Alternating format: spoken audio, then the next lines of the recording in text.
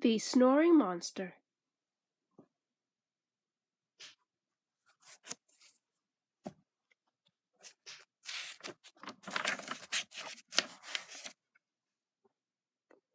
Most nights, Terry fell asleep as soon as his father turned out the light.